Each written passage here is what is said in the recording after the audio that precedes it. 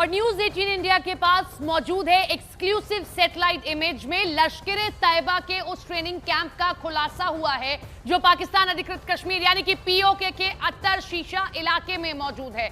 इसे जंगल मंगल training camp कहा जाता है और यहीं पर आतंकियों को हथियार चलाने से लेकर हमला प्लान करने तक की पूरी ट्रेनिंग दी जाती है। यहां एक मस्जिद, लिविंग एरिया, हथियार practice ground, guest meeting hall और मिलिट्री एस्टैब्लिशमेंट बिल्डिंग भी है। सूत्र की माने तो पहलगाम हमले की साजिश यहीं रहकर रची गई थी। इस कैंप में RPG-7, LMG, UBJL और पिस्टल चलाने की ट्रेनिंग दी जाती है। मस्जिद में लश्कर के हाई कोर कमांडर और कई बार हाफिज सईद भी आता है।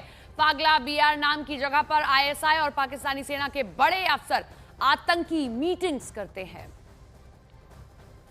अब हम वो ठिकाना आपको दिखा रहे हैं, ये आप किसी और न्यूज चैनल पर नहीं देखेंगे। न्यूज 18 इंडिया के पास एक्सक्लूसिव वो मैप है, उस जगह का मैप है जहां रहकर पहलगाम हमले की साजिश को रचा गया था। और बड़ी खबर आपको बता दें, भारत के सिंधु जल संधि को निलंबित किए जाने पर पाकिस्तान भड़का हुआ है। पाकिस्तान में खौफ है और अब पाकिस्तान ने इसका जवाब देने की तैयारी कर ली है।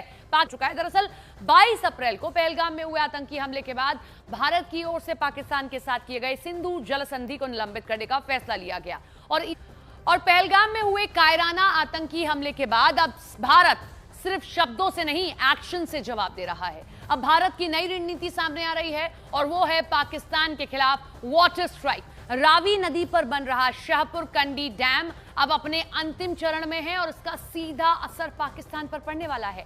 डैम का काम पूरा हो जाने से पाकिस्तान को जो अतिरिक्त पानी मिलता था उसमें भारी कटौती होगी और अब वो दिन दूर नहीं जब भारत एक भी बूंद ज्यादा पानी पाकिस्तान को नहीं देगा। रावी नदी का पानी अब सिर्फ भारत में पंजाब और जम्मू कश्मीर के किसानों के काम आएगा।